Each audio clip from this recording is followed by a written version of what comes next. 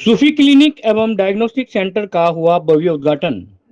नागौर शहर के दरगाह सूफी साहब बुलंद दरवाजा के पास आज स्वास्थ्य सेवाओं के क्षेत्र में एक नई मिसाल कायम करते हुए सूफी क्लिनिक एवं डायग्नोस्टिक सेंटर का भव्य उद्घाटन संपन्न हुआ। वक्फ कमेटी दरगाह हजरत सूफी हमीदुद्दीन नागौरी रहमतुल्लाह अलैह की इस खिदमती पहल का इब्तिदा आज सुबह 9:30 बजे मुख्य अतिथि पीर सैयद गुलाम हुसैन शाह जिलानी सूजा शरीफ के मुबारक हाथों से और चेयरमैन खानू खान बुधवारी के मार्गदर्शन से किया गया।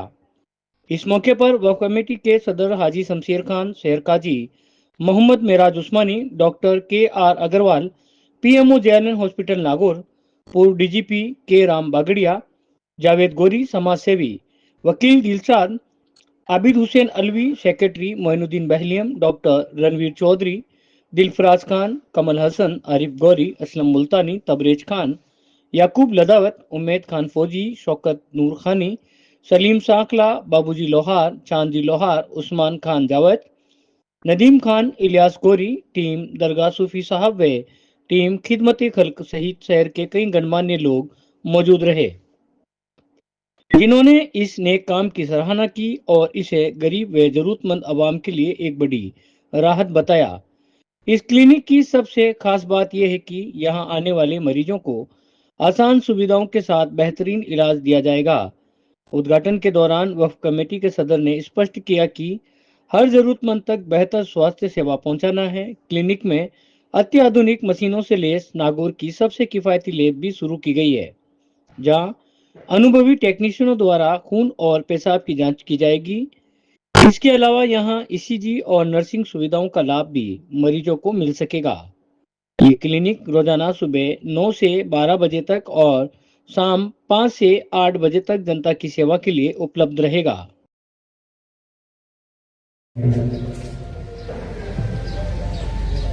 अभी जो दुनिया में माहौल चल रहा है उससे आप सब वाकिफ हैं। आज इस जलसे में जो आप इतने महत्वपूर्ण व्यक्ति पधारे हैं, अपने जो पीर साहब हैं, मुझे बताया कि वो फलोदी में बच्चों की तालीम का बहुत बड़ा काम कर रहे हैं और तालीम की जरूरत है। इस प्रोग्राम को संचालन करने वाले शहर काजी साहब, जावेद गोरी साहब, कुमारी के सरपंच इब्राहिम साहब, हाजी अब्दुल रहमान साहब, चांद भाई, रजिया सुल्ताना बैठा हुआ जो पहुंची नहीं है,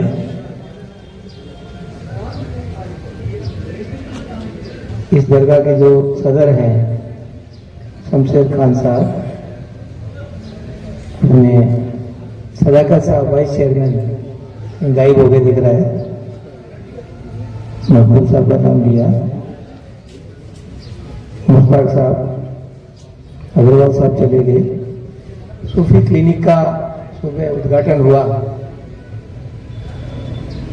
इस बदले हुए माहौल में खान पान की प्रॉब्लम से, प्रदूषण से हेल्थ की बहुत बड़ी समस्या है।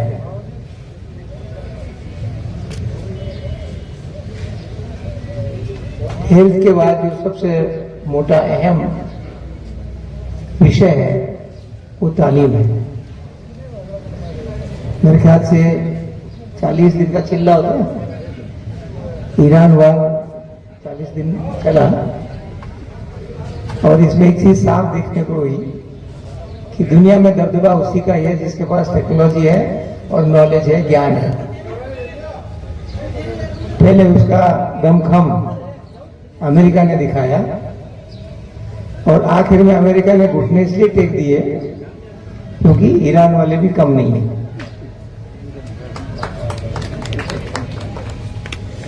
पुराने जमाने में आदमी की मजबूती शरीर से, ताकत से, हिम्मत से होती थी।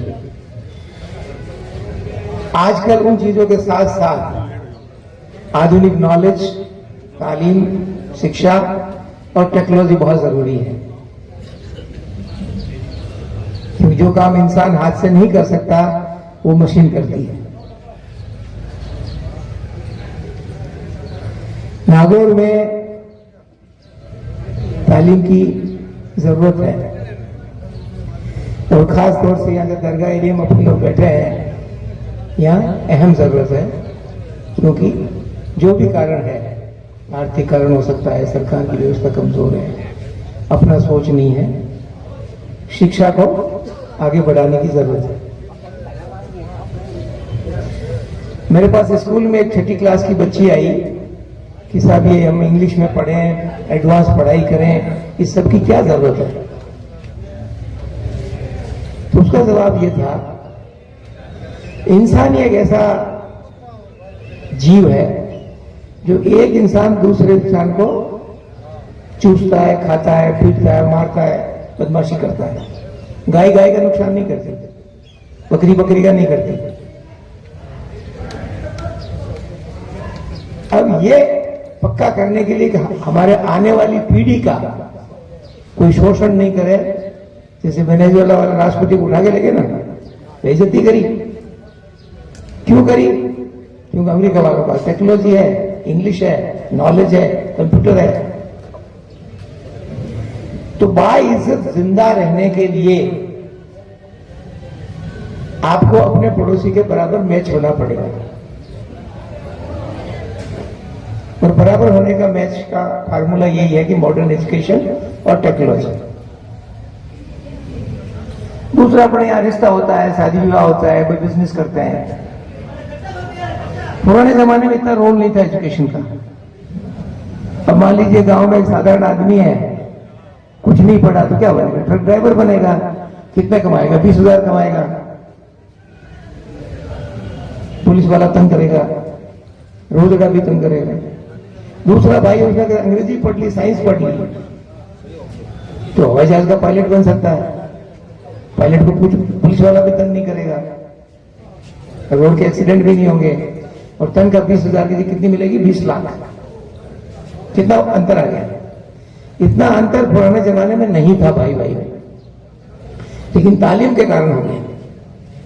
तो बाइज्जत रहने के लिए, अच्छा धंधा करने के लिए, कमाई करने के लिए, स्वास्थ्य का ध्यान रखने के लिए और सुरक्षा के लिए, सबके लिए तालीम रिकमेंडेड नहीं है, नेसेसरी है। जैसे सांस लेना, पानी पीना, खाना खाना, नींद लेना, इसमें कोई चॉइस नहीं है, आपको करनी ही जाए। वैसे ही आज की तारीख में आपको चाहे बाकी सब काम कैंसिल करने पड़े, लेकिन तालीम बच्चे की करानी है। अब बोलो साहब पैसे नहीं है, कैसे कराएं? तो कल एक आदमी आया गांव का, मैंने कहा देखो ऐसा हरियाणा में एक शादी का सिस्टम है जिसको चूनड़ी शादी बोलते हैं। आपके लिए भी नॉलेज की बात है। अपन शादी में कितने पैसे खर्च करते हैं? बैंडबाजी, डीजे, बारात, खाना। वो चूनड़ी सिस्टम में सर छोटूराम ने शुरू किया था, और उस टाइम पंजाब के सीएम थे हयात अली खान। उस सिस्टम में यह था कि दूल्हा का सिर्फ पिता और एक चाचा या बाबा, कितने आदमी जाएंगे? 2। दूल्हा नहीं जाएगा, घोड़ी नहीं जाएगी, बैंड नहीं जाएगा, बाराती नहीं जाएगी, और वो सिर्फ उस बच्चे के लिए ड्रेस ले जाएंगे। ड्रेस 5,000 हो जाए, 10,000 हो जाए, 20,000 हो जाए, वो नहा धो के अपने ड्रेस पहन के उसको घर ले आएंगे। तो यानी कि 10,000 के अंदर अंदर शादी हो गई। तो कोई जरूरी नहीं है कि आप फजूल खर्ची करें, चाहे शादी हो, ओसर मोसर हो, जीवन हो, पार्टियां हो, बर्थडे हो, फंक्शन हो, जलसे हो, ये सब अनिवार्य नहीं है, ये सब दिखावा है। और वहां से अगर पैसे की बचत करें तो बढ़ा सकते हैं। एक और भाई आया गाड़ी लेके, कैसा पैसा भरने का, तो एक काम कर, तू किसी शादी जलसे में तेरी गाड़ी लेके नहीं जाएगा, दूसरे साथ टन के जाएगा, इतने भी 4,000 की साल में बचत हो जाएगी, 4,000 की फीस हमारी। तो कहने का मतलब है कि पहले अगर आपने मन में तय कर लिया, आजकल जिसको पैदल चलने से काम चलता है वो मोटरसाइकिल पे चल रहा है, मत चलो मोटरसाइकिल पे। कोई बोले तो बोले यार मेरी मोटरसाइकिल पंचर है, ठीक है, पैदल पैदल चलो, स्वास्थ्य भी अच्छा है और बचत होगी। अच्छी पढ़ाई के लिए आज से 30 साल पहले इनके चांद भाई के पिताजी हमारे शागिर्द थे, ये वकील साहब बैठे, हमारे सीए साहब तब से, जावेद भाई भी, इब्राहिम भाई भी, बहुत लोगों के चंदा दिया हुआ है। हम लोगों ने बच्चों की शिक्षा के लिए ग्रामोत्थान विद्यापीठ की शुरुआत करी। उसके बाद में खूब बन गए, फिर महिला कॉलेज भी बन गया, लॉ कॉलेज बन गया, स्कूलें भी खूब बन गई। अब सरकार ने भी इंग्लिश मीडियम स्कूल क्या बोलते हैं, मॉडल महात्मा गांधी शुरू करे, लेकिन उसमें मिस्टेक क्या करा, मास्टर कोई पूरा नहीं है। अंग्रेजी का असूल है कि जब तक मास्टर खुद ने अपने बचपन में अंग्रेजी में नहीं पढ़ा है, वो मास्टर अंग्रेजी का अच्छा नहीं बन सकता। क्योंकि हमारी जो सिखाई है भाषा है वो कब बनती है, बचपन में बनती है। तो जा जरूर है, लेकिन मामला जम नहीं रहा है। तो नागौर में मेरे ख्याल से सिर्फ एक ही पुरानी स्कूल है जो ठीक ठाक है अंग्रेजी में, सेंट एस्लम, और दूसरी गोगुला में है विवेक टेक्नो स्कूल। मैं कल यहाँ आया था तो मेरे को बोला कि भाई हम आपकी बात तब सुनेंगे जब आप पहले हमारे जो क्लिनिक है उसके उद्घाटन में हाजिर होंगे और पीर साहब आएंगे, उनकी अगवानी करेंगे। मैंने कहा ठीक है भाई, इस रेट पे तो कोई बुरा नहीं है। तो मैं हाजिर हुआ हूं अपनी बात कहने के लिए। फीस ज्यादा नहीं है, पढ़ना जरूरी है। आपने नाम सुना होगा एआई, आर्टिफिशियल इंटेलिजेंस। बहुत सारे जो मेरी उम्र के वो हैं उनके पल्ले नहीं पड़ेगी। आर्टिफिशियल इंटेलिजेंस का मतलब है कि अपने को डॉक्टर के पास जाने की जरूरत ही नहीं है। आप मोबाइल फोन का माइक ऑन करके अपनी सारी बीमारी के लक्षण बता दोगे और वो वहां से मैसेज भेजेगा, जहां भी हेड ऑफिस है गूगल का, न्यूयॉर्क में होगा, जहां भी होगा, दुबई में होगा, वहां खूब सारे डॉक्टर बैठे हैं। वो प्रोसेस करके आपको जवाब देंगे कि आपकी बीमारी है, ये दवाई है, या रखे रखना है। लेकिन वो सब काम अपन तभी कर पाएंगे जब अपने को टेक्निकल नॉलेज है। आजकल कहीं भी जाते हैं सब आपको ओटीपी आएगा, अब साला ओटीपी देंगे तो फोन बंद हो जाए, फोन ऑन रखे तो ओटीपी नहीं दिखे। तो जब हमें प्रॉब्लम आ रही तो आम आदमी को तो आएगी, लेडीज को खास तौर से आएगी। यानी कि टेक्नोलॉजी बिना नॉलेज के, बिना इंग्लिश के, बिना ज्ञान के अपन हैंडल नहीं कर सकते, और नहीं हैंडल करेंगे तो काम नहीं होगा। अभी 4 भाई मान लो ट्रॉली बना रहे हैं, तो निश्चित है 10-20 साल ट्रॉली ऐसे नहीं बनेगी, नया फार्मूला आएगा, वेल्डिंग का नया आएगा, उसमें धातु भी अलग काम आएगी, कस्टमर से डीलिंग भी अलग होगी, पेमेंट ऑनलाइन हो ही गया। तो आने वाले जमाने में अपनी अगली पीढ़ी को बाइज्जत रहने के लिए, सुरक्षित रहने के लिए, खुशहाल रहने के लिए आधुनिक तालीम अच्छी देनी जरूरी है। आगे उनका कैरियर बनाओ। अभी आप जो भी कैरियर कर रहे हो पुराने, जैसे कोई लोहार का काम कर रहा है, कोई खेती का कर रहा है, कोई ट्रक का कर रहा है, कोई ईंटा मिस्त्री का कर रहा है, जो भी कर रहे हैं हमारे पूर्वज, उसको आगे बड़ा लोचा आने वाला है। हमें यह इंश्योर करना है कि हमारी अगली पीढ़ी लेबर चौक नहीं जाए। अगर लेबर चौक गई तो उनके घुटने टूट जाएंगे। घर से बड़ी मुश्किल से साइकिल से, मोटरसाइकिल से वहां पहुंचता है, 12 बजे तो कोई ले जाने वाला नहीं है, एक ले जाने आता है, 4 घंटे लटूमते हैं। किसी ने हायर नहीं किया तो वहीं से रोटी रोटी खा के वापस घर वो 5 बजे से पहले नहीं जा सकता, क्योंकि घर वालों को कैसे जाके बताए कि आज मेरे कोई धंधे पे लगाए नहीं। उस आदमी को शाम को अच्छी नींद नहीं आ सकती। और लेबर चौक हमारे बच्चे नहीं जाए, उसका एक ही तरीका है, हम उनको अच्छी तालीम दें। अभी जैसे हमारे सिक्किम जमीनों के बच्चे सऊदी में, दुबई में, या अमेरिका वगैरह में भी, ऑस्ट्रेलिया में भी लेबर का काम करने के लिए जाते हैं। अगर बच्चे पढ़ लिए तो केरला के बच्चे लेबर का काम करने नहीं जाते। केरला के सारे बच्चे विदेशों में कोई लिखा पढ़ी वाला काम करते हैं। अभी अपने वो इंडिया के पुराना जो संयुक्त भारत है और उनकी मां शायद मलयाली है, तो न्यूयॉर्क के मेयर बने मदनानी, ठीक है ना। अब अगर मदनानी जो है लेबर का काम करने जाते तो उनको मेयर कौन बनाता? नहीं बनाते ना। वो पढ़ लिख के गए तो मेयर बन गए। तो यानी कि फार्मूला जो जिंदगी में आगे बढ़ने का क्या है, तालीम है। और कोई जरूरी नहीं कि आपको उनको विवेक टेक्नो भेजना है या ग्रामोत्थान भेजना है, जहां आपकी इच्छा हो भेजो, लेकिन अच्छी पढ़ाई कराओ, घर पे होमवर्क कराओ और बच्चे को गाइड करें। आप लोगों ने मेरे को बुलाया, बात सुनी, कई चेहरे सरपंच साहब जैसे, डॉक्टर साहब जैसे पुराने जाने पहचाने हैं, बहुत लोगों को जानता हूं लेकिन नाम नहीं बोल पाया तो माफ करना। बेहतरीन शुरुआत जिसकी काफी समय से जरूरत थी, जो सूफी क्लिनिक के नाम से आज शुरू हुई है। मेरा एक डॉक्टर होने के नाते ये अंदाजा है कि ये कौम जो है एक बीमार कौम है और इस कौम को ट्रीटमेंट की बहुत जरूरत है। बीमार के साथ साथ आर्थिक रूप से भी ये बड़ी कमजोर कौम है, तो इलाज तो चाहिए लेकिन सस्ता भी चाहिए। उस बात को आज दरगाह कमेटी के सदर जनाब शमशेर खान साहब और उनकी टीम ने अच्छी प्लानिंग के साथ आज जो है इसका आगाज किया है। तो सबसे पहले तो आप सभी को इसकी मुबारकबाद और कमेटी को बहुत बहुत धन्यवाद कि उन्होंने इस पर गौर फिक्र किया।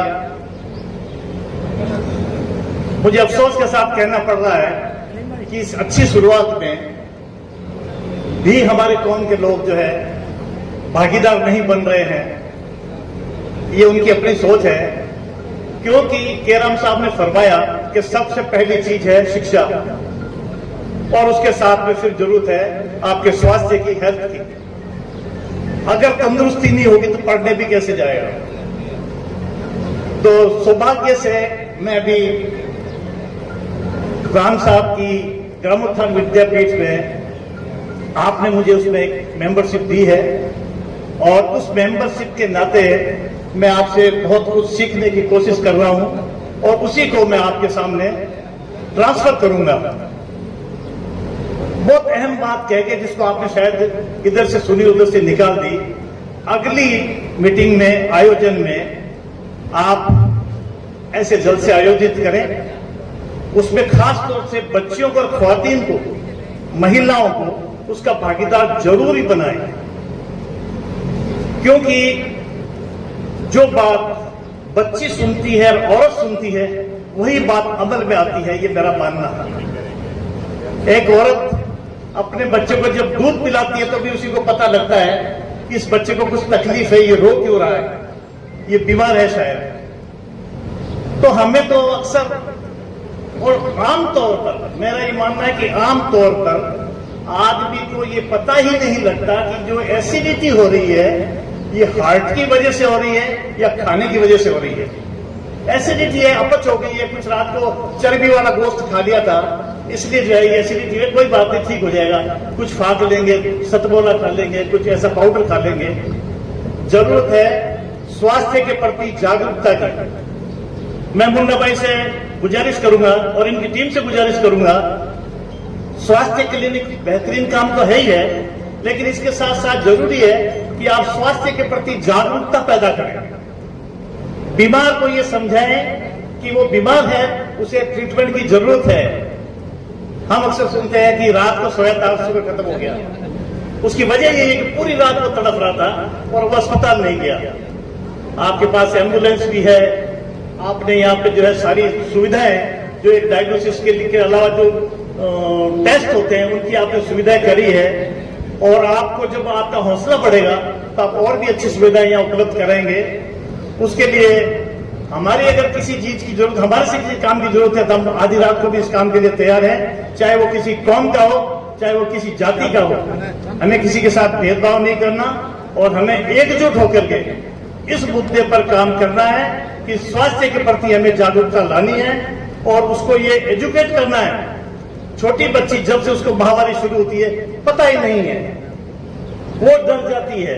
उसको ये पता होना चाहिए कि ये कुदरतन जो है एक फिनोमिना है, कुदरतन एक वो जो होने वाली हरकत है वो है। तो जब तक हम उसको रहना सहना और सही ढंग से साफ सुथरा नहीं सिखाएंगे तब तक कुछ भी नहीं होने वाला। आम बात है वकील साहब निवेदन करूंगा राम साहब से कि आज हर कंपाउंडर, हर डॉक्टर मुस्लिम मोहल्ला ढूंढ रहा है। कि मेरी दुकान कहां खोलूं मैं। क्यों? उसको पता है ये बीमार कौन है और जागरूक नहीं है। अंडशंट इंजेक्शन लगा रहा है, वो मर जाए जितना, जिसकी उसको जितना पावर नहीं है, जिसका उसको अधिकार नहीं है, वो उपचार कर रहा है। ऐसा उसको नहीं करें, आप भी उसको अलाउ नहीं करें। यहां डॉक्टर्स आएंगे, आप डॉक्टर को दिखाएं, उसके बाद जो दवा, जो टेस्ट वो लिखे, उस दवा, उस टेस्ट को करवा करके अपने रोग का निदान करें। और ये काम वो काम है जिस दरगाह से आप निस्बत रखते हैं, जिस दरगाह से आप ताल्लुक रखते हैं, हुजूर सुल्तान तारकीन रहमतुल्लाह ताला अलैह। ये उनका भी मिशन है। ये ना समझे दुनिया वालों का मिशन है, बल्कि सूबे साहब का भी मिशन यही रहा। इस तरीके से हुजूर सुल्तान तारकीन रहमतुल्लाह ताला अलैह ने गरीबों के लिए लंगर जारी कर दिए थे, भूखों के लिए लंगर जारी कर दिए थे, जो दूर दराज से मुसाफिर आते थे उनके लिए लंगर जारी कर दिए थे, जो शहर के अंदर, करीब के अंदर गरीब गुरबा रहा करते थे उनके लिए आपने लंगर जारी कर दिए थे।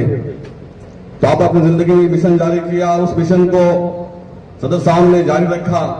और आप देखते हैं कि उस के दौरान यहां पर हजारों लोगों को बिठा करके खाना खिलाया जाता है। तो ये आपने सूफी साहब मिशन को जारी किया। और इसी तरीके से हुजूर सुल्तान तारकीन दुनिया वालों की देख रेख किया करते थे, देखभाल किया करते थे, उनकी तालीम का ध्यान रखा करते थे, उनकी सेहत का ध्यान रखा करते थे, आने वालों की मसाइल का पूरा ख्याल रखा करते थे। आने वाले जो मरीज होते थे या जो भी जिस ताल्लुक से इंसान आपकी बारगाह में हाजिर होता था, आप उसका पूरा निवारण कर दिया करते थे, उसकी पूरी मसाइल को हल कर दिया करते थे।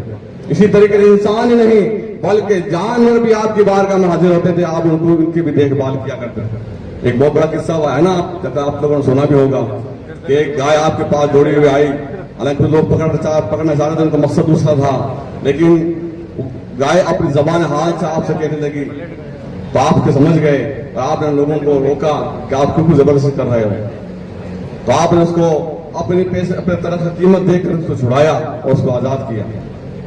इसी तरीके से एक गाय के थनों के अंदर कीड़े लग चुके थे, वो गाय आपके सामने आकर लेट गई, आप समझ गए जरूर ये बीमार है। हुजूर सुल्तान तारकीन ने उस गाय को देखा और जब थनों की तरफ देखा तो कीड़े लगे हुए थे। आपने अपने हाथ से उन कीड़ों को निकाल करके गाय की पूरी देखभाल की और गाय का पूरा इलाज किया। अब अंदाजा फरमाइए, तो ये कमी पूरी थी तो सदर साहब ने ये भी पूरी कर दी कि आप जानवर नहीं बल्कि इंसानों के लिए आपने ये क्लिनिक कायम कर दिया। और सबसे बड़ी बात यह है कि बड़ी इसमें आसानी कर दी, फीस के लिए, दवाई के लिए बड़ी सी आसानी कर दी। और हमें इससे और ज्यादा क्या चाहिए। जितने भी करीब लोग हैं यहाँ पर रहने वाले हैं उन तमाम की सुविधा है, शहर वाले या कोई भी आ सकता है, मतलब मिलत बगैर किसके देखभाल के यहाँ पर इलाज किया जाएगा। इंशाअल्लाह तमाम लोग इससे फायदा हासिल करेंगे और इसका सवाब जारी मिलेगा। अल्लाह